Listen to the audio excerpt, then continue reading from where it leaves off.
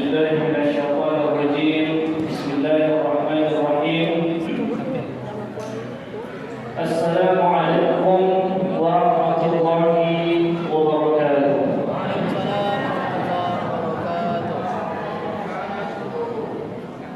Ya, saya ulangi lagi. Cuma Pak Nizam yang paling semangat dan paling wabarakatuh ya. Assalamualaikum warahmatullahi ta'ala wabarakatuh.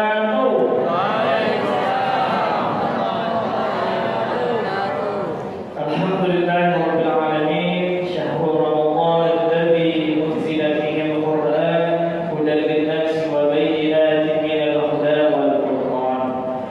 Asyhadu an la ilaha illallah wahdahu la syarika lahu wa asyhadu anna sayyidana wa nabiyyana Muhammadin ibni Abdillah. Allahumma shalli ala sayyidina Muhammad wa ala alihi sayyidina Muhammad. Rabbi shrah li sadri wa yassir li amri wahlul 'uqdatam min lisani yafqahu qawli. Rabbana zidna 'ilma warzuqna fahma. Rabbana ij'alna mimman yastami'una al-qawla wa yattabi'una ahsana. Yang kami muliakan Ketua Badan Nazir Masjid Rukiman Bapak Dipudin beserta para jemaahnya beserta seluruh hadirin tuan-tuan sekalian, Bapak dan Ibu, seluruh jemaah salat Isya dan salat tarawih insyaallah yang beserta dapat kami sebutkan dengan nama gelarnya, yang kecil pun tak dapat kami panggilkan namanya satu persatu. Mudah-mudahan kita semua senantiasa dimuliakan Allah Subhanahu wa taala. Amin ya rabbal alamin. Bersyukur kita kepada Allah Subhanahu wa taala, tiada hari tanpa sedetik pun kita mesti harus mengucapkan rasa syukur kita kepada Allah Subhanahu wa taala, terutama apalagi di dalam bulan suci Ramadan ini. Allah taala selalu limpahkan kepada kita nikmatnya yang begitu sangat luar biasa. Hari-hari kita bisa menikmati apa yang telah Allah anugerahkan kepada kita, terutama nikmat iman, nikmat ihsan, nikmat Islam, juga kesehatan, juga kekuatan. Alhamdulillah sampai pada malam hari ini kita dapat berhimpun di majelis ilmu yang mulia ini, di Masjid Nurul Iman ini.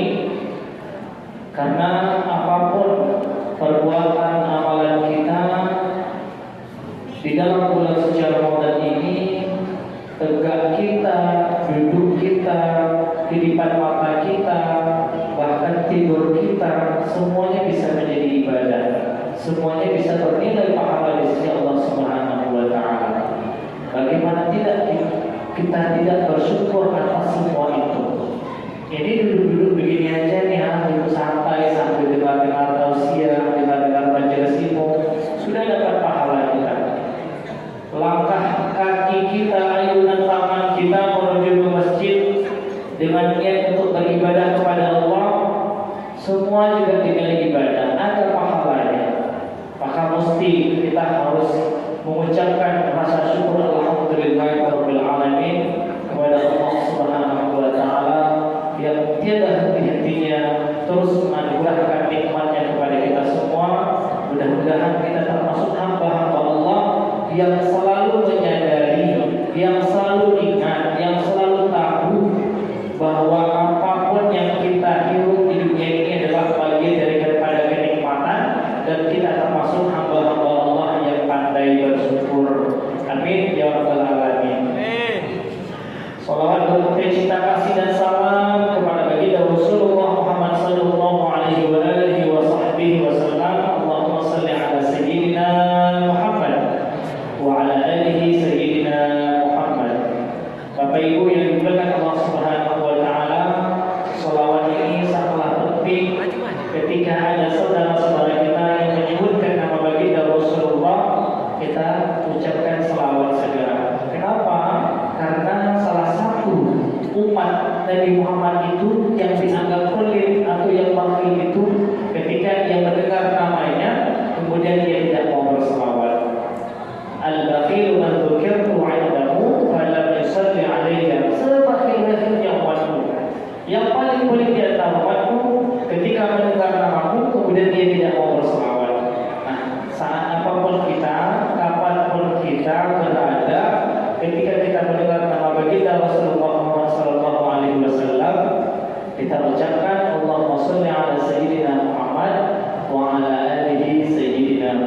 supaya apa? Supaya kita tidak termasuk bagian daripada umat Nabi Muhammad yang dianggap pelit. Kita pengen syafaat Nabi Muhammad, kita pengen pertolongan yang dimana di akhirat nanti tidak ada pertolongan lain selain daripada syafaat baginda Rasulullah SAW. Sementara kita agak berat lisan kita untuk mengucapkan selawat. Jadi seringan-ringannya ucapan yang bisa kita bacakan hari-hari itu adalah ucapan selawat supaya kita bisa mendapatkan pertolongan syafaat dari baginda Rasulullah Muhammad SAW. Bapak Ibu jemaah yang dimuliakan Allah Subhanahu wa taala, malam ini malam yang berapa? Malam sudah mau 16, sudah setengah Ramadan kita lalui, artinya kita sudah di pertengahan Ramadan. Mudah-mudahan kembali kami menyampaikan komitmen semangat istiqomah kita di awal Ramadan sampai di akhir Ramadan nanti tetap kita pertahankan semangat kita. Karena pemenang Ramadan itu adalah dia yang paling konsisten, dia yang paling istiqomah mulai dari awal Ramadan sampai di akhir Ramadan. Biasanya kalau sudah di pertengahan Ramadan itu banyak tanda-tanda, gejala-gejala dan fenomena-fenomena yang Bapak Ibu. Biasanya di malam pertama masjid penuh, malam pertama sampai malam kelima bahkan membludak sampai keluar masjid. Masuk malam ke-6 sampai malam ke-10 masih ada jemaah yang ramai, bagi di luar masjid tidak ada. Masuk malam pertengahan sampai malam seterusnya jemaahnya sudah mulai berkurang, safnya tinggal itu aja. Kenapa? Karena jemaahnya wajahnya itu aja. Nah, ini bisa kita tandai. Yang datang malam kemarin itulah yang datang malam berikutnya.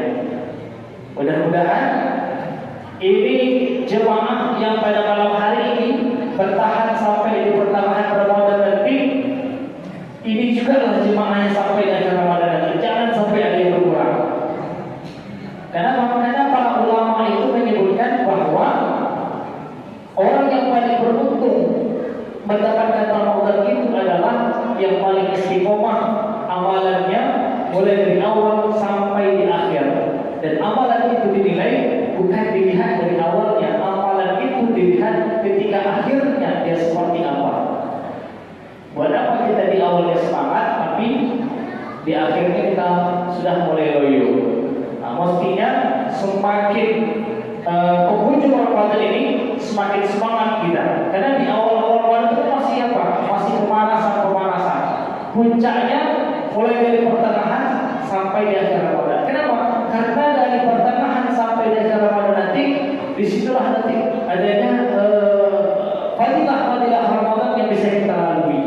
Nuzul Quran terdapat di pertengahan Ramadan. Malam Lailatul Qadar jika di penghujung Ramadan. Malam-malam ganjil tentunya 21, 23, 25, 27 sampai 29. Itu adalah malam-malam yang tertentu yang Allah Ta'ala rahasiakan tentang Lailatul Qadar ini.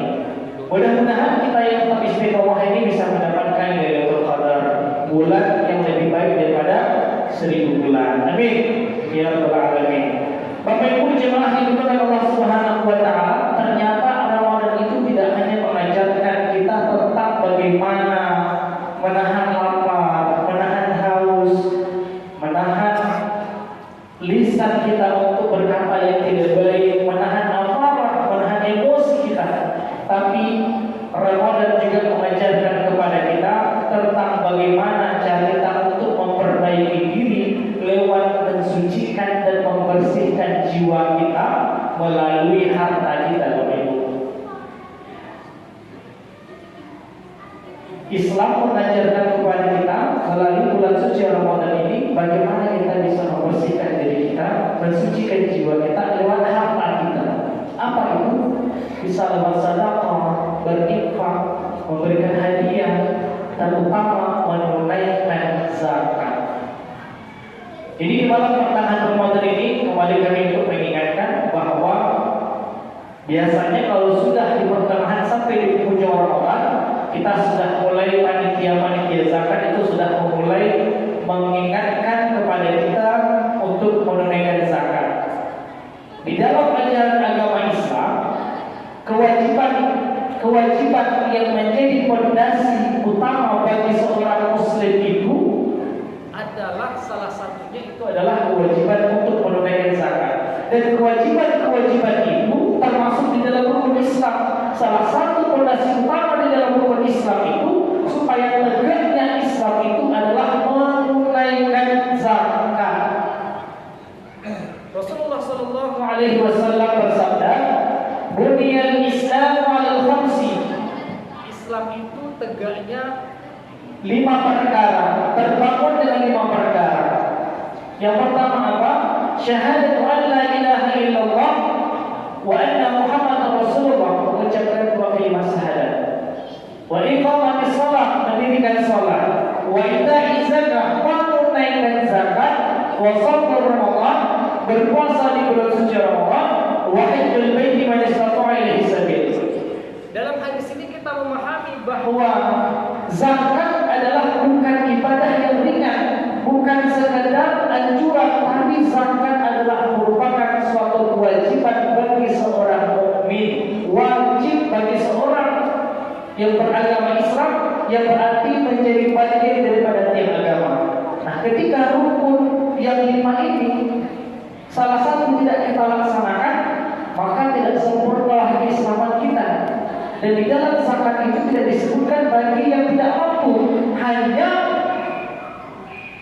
al-hajjul baiti man istata'a ilaihi sabil, hanya pada narasi di bagian haji bagi yang mampu, tapi di bagian zakat tidak. Zakat itu hukumnya wajib. Maka di dalam Al-Quran itu sering disebutkan aqimus shalah wa atuz zakah warka'u ma'ar-raki'in. Dirikanlah salat, bayarkan, tunaikan zakatmu, dan rukulah kamu bersama orang-orang yang rukun. Artinya apa?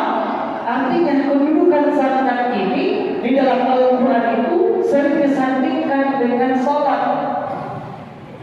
Begitu pentingnya zakat ini. Dia di dalam Al-Quran itu disebutkan sama dia kedudukannya. Artinya menjadi kewajiban yang penting di dalam Islam, Bapak Ibu. Di dalam surah Al-Baqarah Allah Ta'ala juga menyebutkan khudz min amwalihim shadaqatan tutahhiruhum wa tuzakkihim, ambillah zakat dari sebagian harta mereka, dan zakat itu kamu bersihkan dan untuk mensucikan mereka. Tentu ayat ini menjelaskan kepada kita bahwa zakat itu memiliki hikmah yang sangat besar. Zakat bukan sekadar untuk mengeluarkan sebagian daripada harta kita, tapi zakat juga bagian daripada untuk tujuan yang sangat mulia.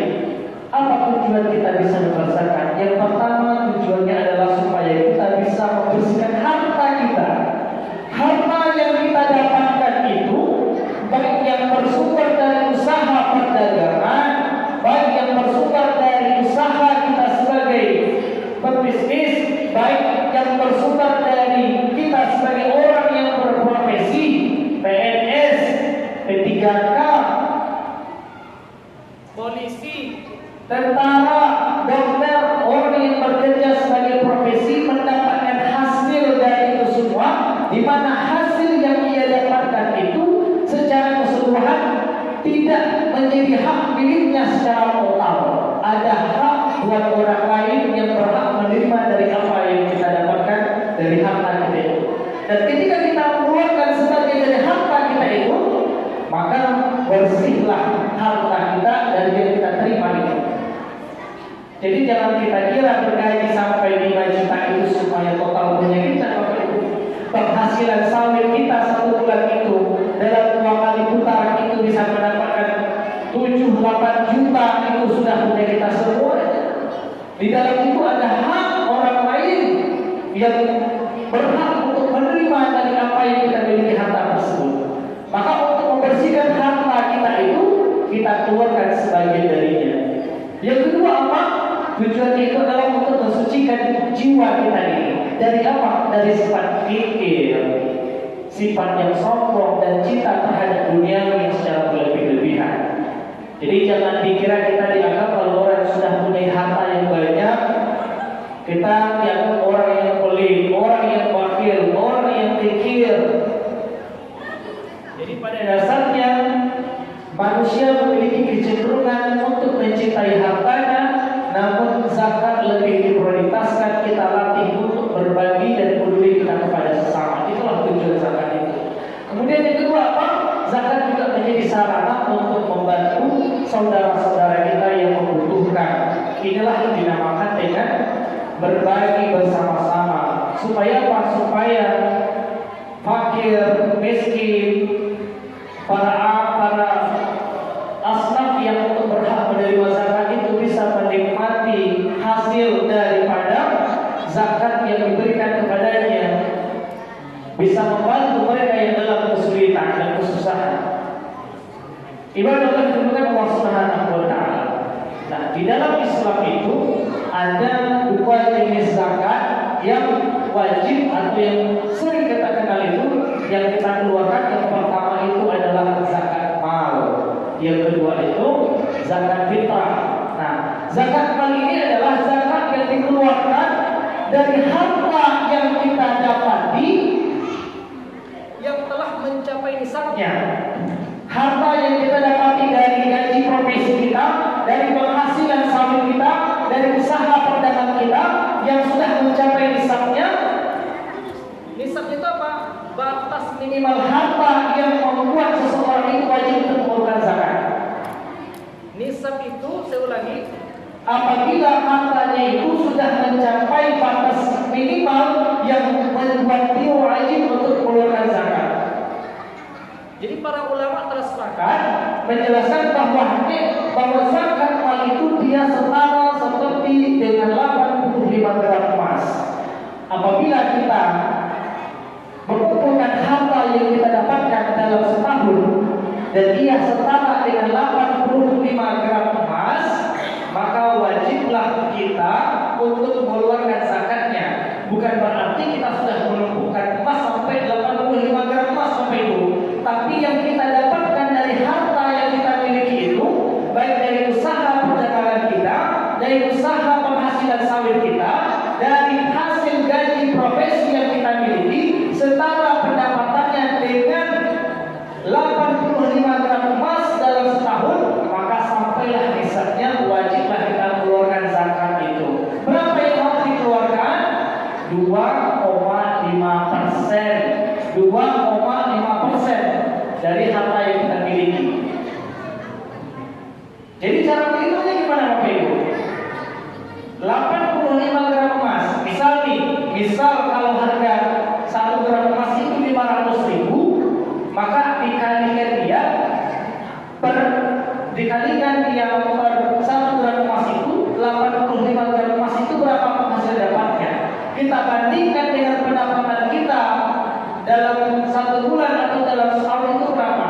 85 gram emas misalkan dikali 500.000 dapat sekitar berapa juta itu?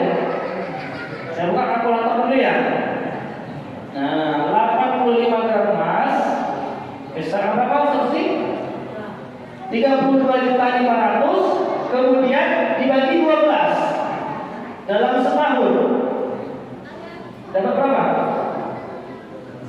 3.500.000 sekian. Artinya apa? 3.500.000 sampai 3.600.000. Kalau pendapatan kita sudah mencapai 3.600.000 per bulannya, baik itu sumbernya yang dari penghasilan sawit, dari gaji profesi kita, maka setara dengan 85 gram emas ini wajiblah kita keluarkan zakat yang 2,5%. Kalau banyak kita cara menghitungnya, 3.600.000 kita bulatkan menjadi 4 juta misalkan, 2,5 juta, 2,5% dikali 4 juta itu dapat berapa? Artinya 2,5% dari 4 juta itu berapa? Sebenarnya mudah, 1 juta dibagi 2,5% itu dapat 100.000. Coba usut ini tadi, 1 juta dibagi 2,5% dikali 2,5% dapat berapa? 100.000. Jadi kalau 1 juta berarti 100.000 Pak.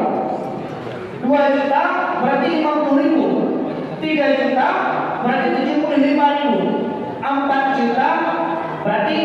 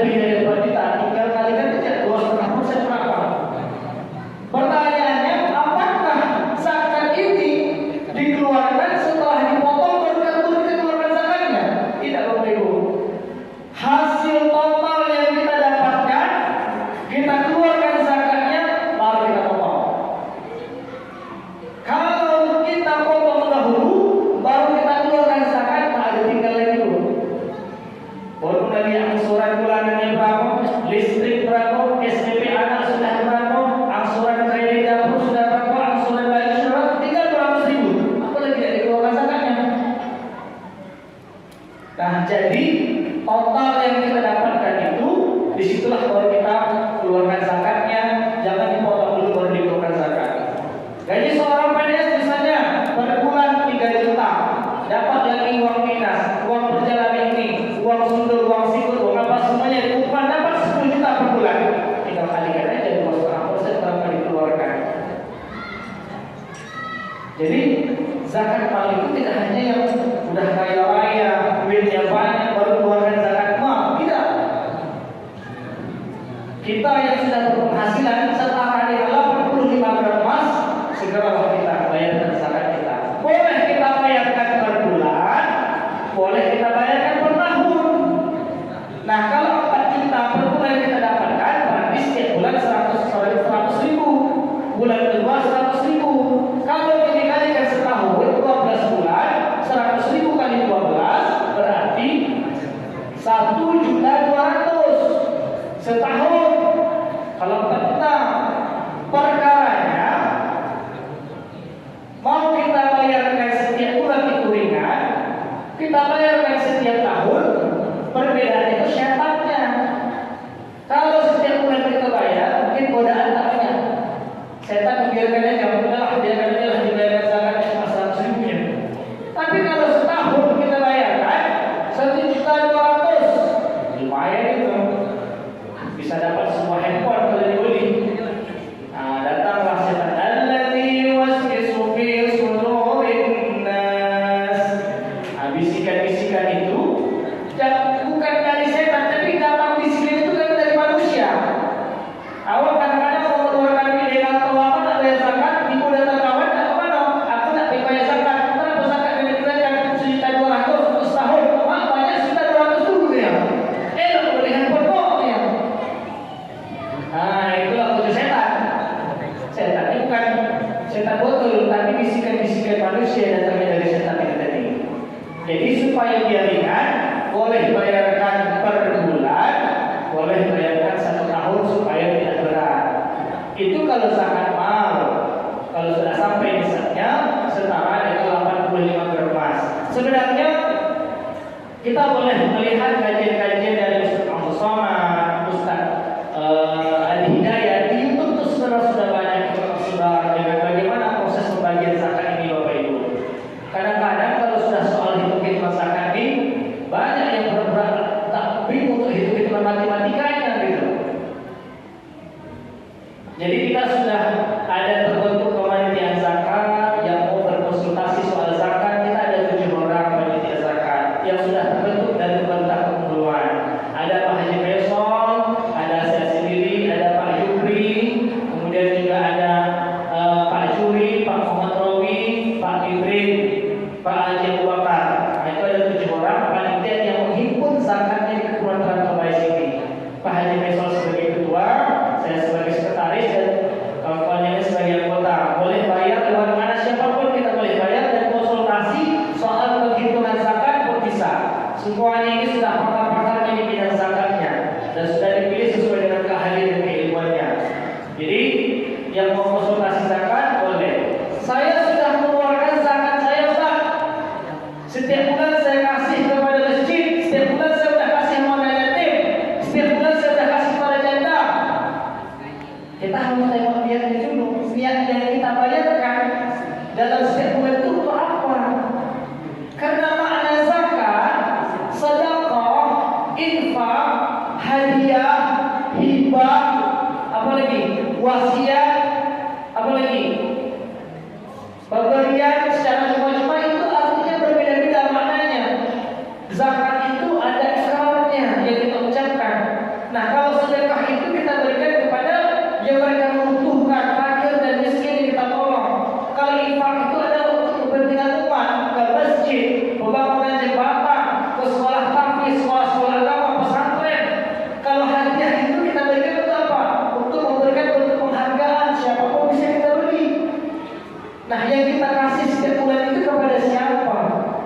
Tapi kalau tepat sasarannya dengan niat kita untuk berzakat terhadap 8 asnaf yang menerima zakat ini,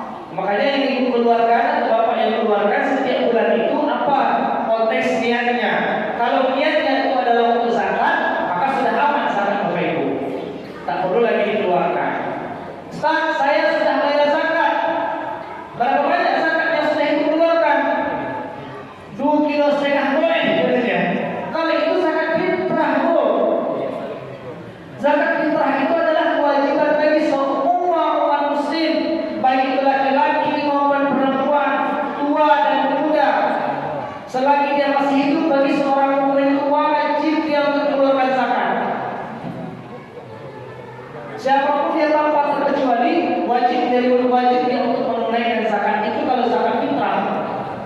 Nah, makanya di dalam bulan Ramadan ini, di akhir-akhir bulan suci Ramadan nanti ada perintah kewajiban kita untuk menunaikan zakat. Salah satunya yaitu adalah zakat fitrah. Apa gunanya zakat fitrah ini?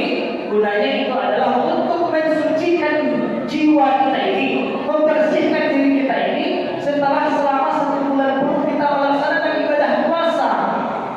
Mungkin di dalam ibadah puasa kita masih ada yang bolong-bolong, masih ada yang istilahnya ibahnya, masih ada yang lisannya masih bocor, masih ada yang bohongnya di bulan suci Ramadan.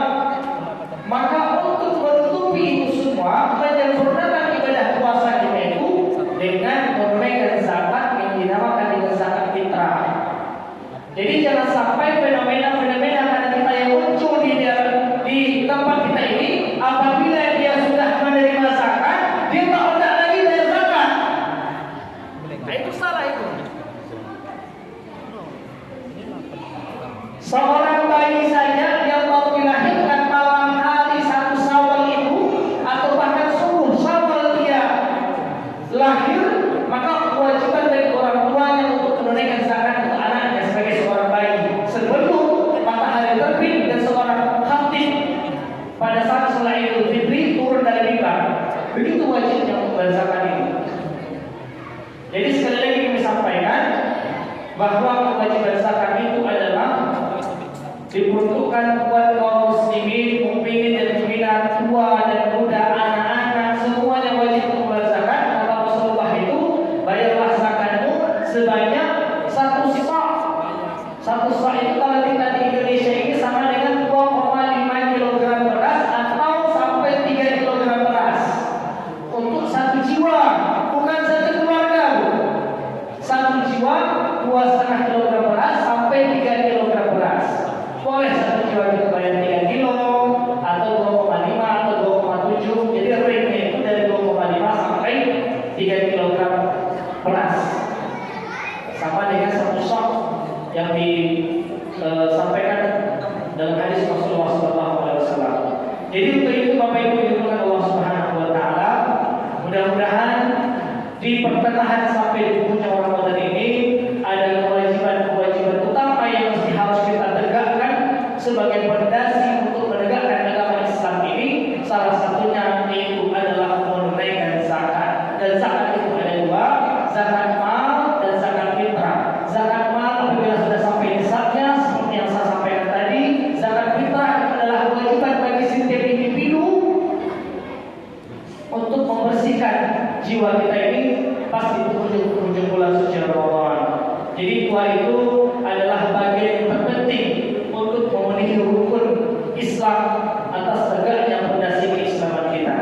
Mudah-mudahan di bulan suci Ramadan ini semakin berkah Ramadan kita, semakin sempurna ibadah Ramadan kita dengan kita sempurnakan menunaikan zakat untuk menjadi kewajiban kita, membersihkan jiwa kita, membersihkan harta kita, berbagi kepada sesama untuk kepedulian kita kepada orang-orang yang membutuhkan, sehingga ibadah kita di dalam bulan suci Ramadan ini menjadi ibadah yang sempurna dan Islam kita tentunya menjadi Islam yang utuh, Islam yang kafah secara total, menjadi Islam yang sempurna. Amin ya rabbal alamin.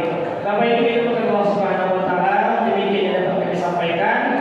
Mudah-mudahan di lain waktu masih bisa kita berdiskusi seputar tentang ibadah zakat ini, kewajiban zakat ini, baik itu dengan panitia ahli zakat yang sudah dibentuk di Kementerian Agama ini, atau mungkin lewat syiar-syiar dakwah, lewat YouTube, lewat TV, seputar ibadah zakat ini, bagaimana ketentuan dan perhitungan zakatnya, boleh Bapak Ibu buka, boleh Bapak Ibu untuk berdiskusi.